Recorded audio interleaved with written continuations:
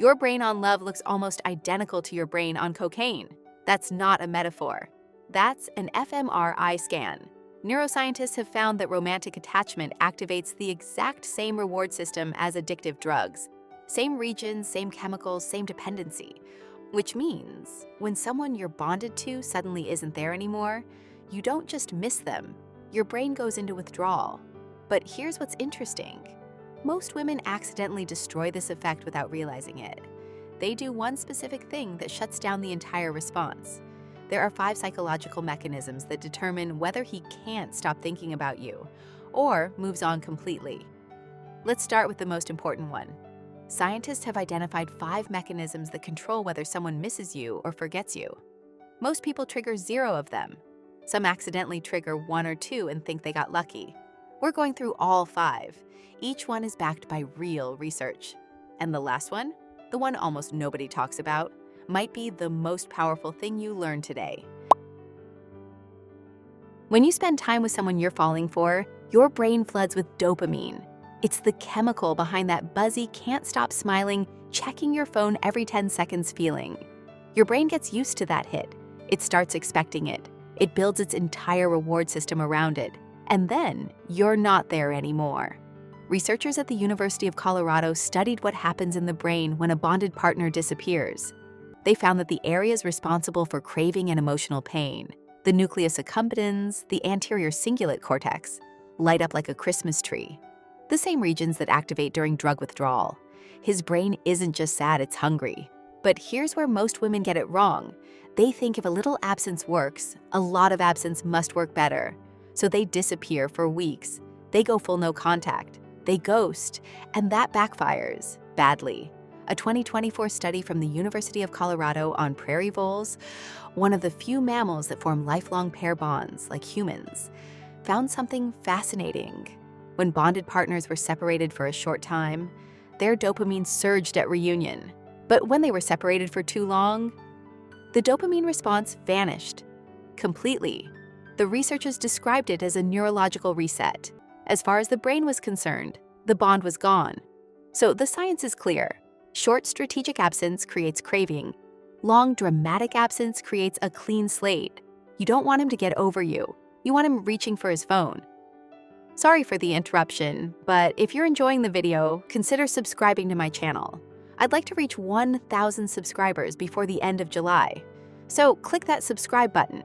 It's free and helps me out a lot. Now let's get back to the video. In 1956, psychologist B.F. Skinner put pigeons in a box with a button that dispensed food. When the food came at predictable intervals, every 5 presses, the pigeons pressed the button, ate, and relaxed. Boring. But when Skinner made the reward random, sometimes after 2 presses, sometimes after 12, sometimes after 1, the pigeons went crazy. They pressed non-stop. They couldn't quit. Skinner called it variable ratio reinforcement. Neuroscientists later discovered why it works. Unpredictable rewards cause the biggest spikes in dopamine, not the reward itself, the not knowing when it's coming. This is the exact mechanism behind slot machines, behind Instagram, behind every app you can't stop checking, and behind every guy who can't stop thinking about you. Think about it. The woman who always texts back in 2 minutes? Predictable. His brain files her away. Safe, low priority. But the woman who sometimes replies instantly, sometimes 3 hours later, sometimes sends a voice note at midnight and then nothing for a day, his brain is on high alert. It's scanning, anticipating, running predictions. You know who understood this perfectly? Every screenwriter who ever created an unforgettable love interest. Mr. Big in Sex and the City, Connell in Normal People, hot, cold, present, gone. That's not lazy writing, that's neuroscience. Now, I'm not telling you to play games. I'm telling you to have a life. Be genuinely busy. Be genuinely unpredictable. Because the moment you become a guarantee, you stop being a craving. In 1927, a Lithuanian psychologist named Bluma Zygarnik was sitting in a busy restaurant in Berlin when she noticed something strange. The waiters could remember every detail of an unpaid order. Table 4 wants the schnitzel, table 9 asked for extra bread. But the moment the bill was paid, gone, completely forgotten. She went back to her lab and tested it. She gave participants a series of tasks and interrupted them halfway through some of them. When she asked what they remembered afterward, the results were clear. They were twice as likely to recall the tasks they never finished. Your brain treats an unfinished experience like an open browser tab. It keeps running in the background, using energy, demanding attention, and it won't close until it gets resolution. Now apply that to him. The woman who tells her entire life story on date 1? Tab closed, mystery solved, nothing left to process. But the woman who starts a story and says, "Actually, I'll tell you that part next time," that tab stays open for days. This works everywhere. End the phone call while you're both still laughing. Not when the conversation starts dying. Leave the party while it's fun. Not when you're yawning. Say goodnight when the energy is at its peak. Not when you've run out of things to say. Most people wait too long. They stay until the candle burns out. The Zeigarnik effect says, leave while it's still lit. His brain will do the rest.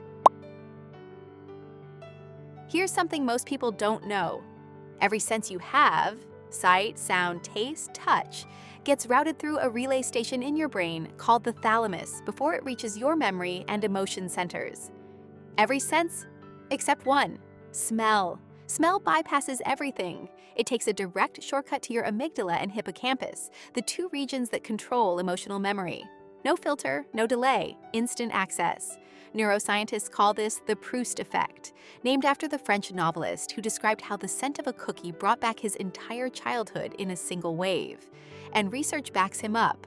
A 2023 study found that scent-triggered memories are more vivid, more emotional, and more personally meaningful than memories triggered by any other sense. This is why he picks up a pillow 3 weeks after you stayed over, and suddenly you're everywhere. That's not romance. That's neurobiology. His brain just opened a file he didn't choose to open, and you can use this. Wear a signature scent, not something common, something distinctly yours. Spray it on things you leave behind. A handwritten note, a hoodie you borrowed and gave back, a scarf. You're not leaving objects, you're leaving triggers, tiny neurological landmines that detonate into memory the moment he breathes in. He won't understand why he's suddenly thinking about you, but you will.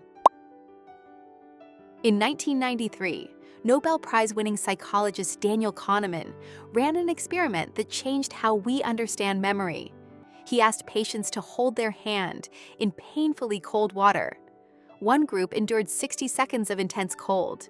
The other group endured 60 seconds of the same cold, plus 30 extra seconds where the temperature was raised slightly. More total pain, more total time. But when asked which experience they'd repeat, they chose the longer one. Kahneman discovered that people don't judge an experience by its total. They judge it by two moments, the emotional peak and the ending. He called it the peak-end rule. The middle fades. The duration barely matters. What sticks is the highest high and the final frame. Now think about how most dates end. The energy dips. Someone checks the time. You fumble with the check. You walk to the car making small talk about traffic. And that flat, forgettable moment becomes the memory. Compare that to this. You've been laughing for an hour. The conversation just hit something real, something that made you both go quiet for a second. And right there, you smile and say, I should go. He'll replay that moment all night. This is why the French exit works. This is why Cinderella ran at midnight. Not because she had to, because the story needed to end at the peak. Most women wait for the moment to die. The science says, be the one who kills it while it's perfect. That's what he'll remember.